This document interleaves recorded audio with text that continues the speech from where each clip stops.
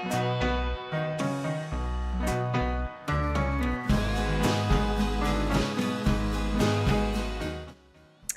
my name is Lynn. My business is Lynn Financial, and I love to talk about money because financial savviness is a skill that you can master. What I want to talk to you today about are the 9 signs that you're shopping too much, that you're using shopping as a crutch. The first sign is that you are feeling like your spending is out of control. You are regularly feeling like you are spending more money than you should be. The second sign is if you're hiding your purchases from your partner or your spouse. The third sign is if you're not using the things that you've purchased. If you have a closet full of clothes with their tags still on them, for example. Sign number 4 is if your purchases are having big repercussions with your family. So if there's big fights because of what you spent money on, things like that. The 5th sign is that you're seeing those repercussions from your shopping habit, but yet you're not successfully changing the shopping habit.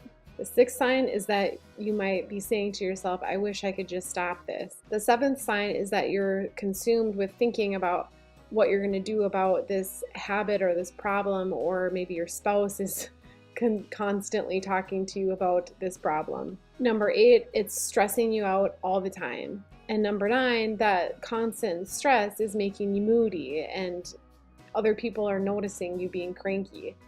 And so if you're feeling like you do have a problem with this, of course, I would recommend seeking professional help, but just kind of as like scraping the surface here, some of the questions that I would ask is, are you paying cash for the things that you're buying, or is it all going on a credit card? Because those are two kind of different problems. One, you're just spending your discretionary income, and the other is you're racking up debt that could potentially be a much bigger problem. In a book that I was reading by Fred Waddell, and it's called Solution Focused Financial Counseling, he is saying that there is possibly a shopping addiction if it's the way that you're dealing with stress.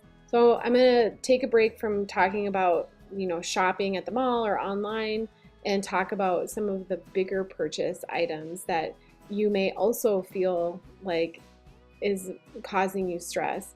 So those are more like what kind of car you're driving, how big your mortgage is, like how fancy of a house do you have, or what all the toys that you have purchased, like an RV, a second home, a timeshare in Mexico, jet ski, things like that.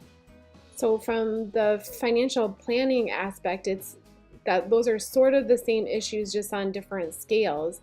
And it's important to talk about with your partner really how much you can afford on your budget, because whether it be just a shopping habit or some of these bigger things, they both are putting strain on your budget. And so if you can't afford them, or you're using them as like a crutch for something else, it could be really hurting your financial plan. While I never want to scare people away from, asking these hard questions, because I don't want people to think, oh, well, if I do that, that just means I'm going to have to live on beans and rice.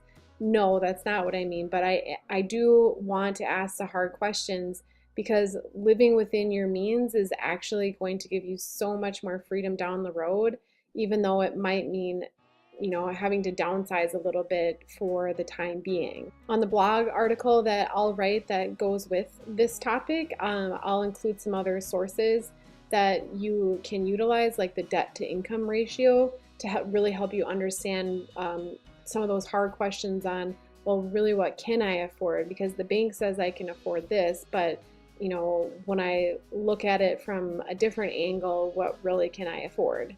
Debtors Anonymous has some pretty good resources on their website. They list 15 questions to ask to identify if you have a problem with how much you spent on your house. This sounds a little bit like a Debbie Downer video, but it's really not. My point is that retail therapy, or buying a really nice home or a car, those things in and of themselves are not bad things, but when it's causing you stress on the back end because you don't have enough income to really pay all of your bills, and you're feeling just stretched too thin, that is when I encourage people to take a hard look at, you know, do you have a shopping problem, or do you, live beyond your means in terms of too fancy of a house or car, things like that.